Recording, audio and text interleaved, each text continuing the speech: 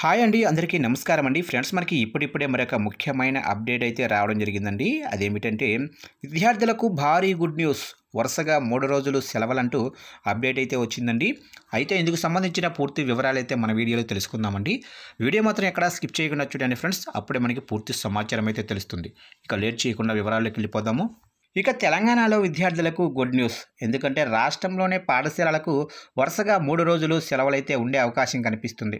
తెలంగాణలో శుక్రవారం అంటే ఫిబ్రవరి 14వ తారీఖున రేపు పలు పాఠశాలలకు సెలవు ప్రకటించనున్నాయి. షాబియా భారత్ సందర్భంగా తెలంగాణ ప్రభుత్వం ఫిబ్రవరి 14వ తారీఖున పాఠశాలలకు ఐచ్ఛిక సెలవు ప్రకటించింది.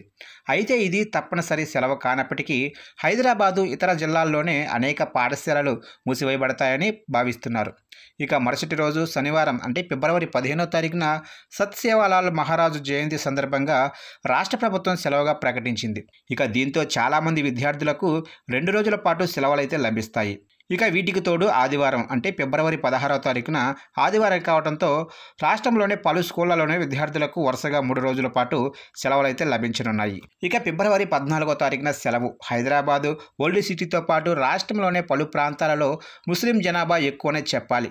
ముస్లింల పండుగ షబ్బే భారత్ సందర్భంగా తెలంగాణ ప్రభుత్వం ఫిబ్రవరి 14వ తారీఖున అంటే రేపు పాఠశాలలకు ఐచ్ఛిక సెలవు ప్రకటించింది. దీంతో ఓల్డ్ సిటీతో పాటు ముస్లిం జనాభా ఎక్కువగా ఉండే ప్రాంతాలలో స్కూళ్లకు తప్పకుండా సెలవు అయితే ఉండనుంది. ఇక ఫిబ్రవరి 15వ తారీఖున సెలవు. ఇక బంజారాల ఆరాధ్య దైవం సంత్ సేవాలాల్ మహారాజు జయంతిని పురస్కరించుకొని సెలవు ప్రకటిస్తూ రాష్ట్ర ప్రభుత్వం నిర్ణయం తీసుకుంది. ఈ నేపథ్యంలో ఆ రోజున స్కూళ్లకు సెలవు అయితే ఉండనుంది. ఇక ఈ క్రమంలోనే రాష్ట్రంలోనే చాలామంది స్కూలు విద్యార్థినులకు ఫిబ్రవరి 14 నుంచి ఫిబ్రవరి 16 వరకు 3 రోజుల పాటు సెలవులైతే లభించనున్నాయి. దీంతో నిరంతరం చదువులతో మునిగిపోయే విద్యార్థులకు కొంత సమయం విరామం అయితే దక్కనుంది.